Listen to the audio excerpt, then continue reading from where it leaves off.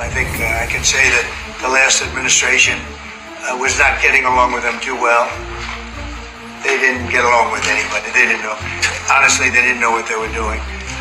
US President Donald Trump pinatamaan si Duterte. Sa naganap na pagpupulong ni US President Donald Trump at Pangulong Ferdinand Marcos Jr., sinabi ni Trump na muling nagbalik ang relasyon ng Pinas at Amerika. Ito ay sa kadahilan ng ang pinalitang administrasyon ni PBBM ay hindi daw alam ang kanilang ginagawa. Patungkol ang usapin kung saan mas pinili ni Duterte na maging kaanib ang China kaysa sa Amerika sa kanyang administrasyon.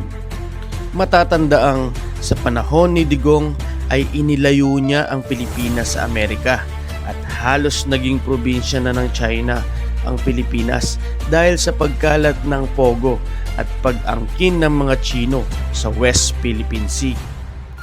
At sa nasabing ang pagpupulong, ikinatuwa ni President Trump ang pagbabalik ng relasyon ng Pilipinas at Amerika sa ilalim ng pamumuno ni Pangulong Ferdinand Marcos Jr.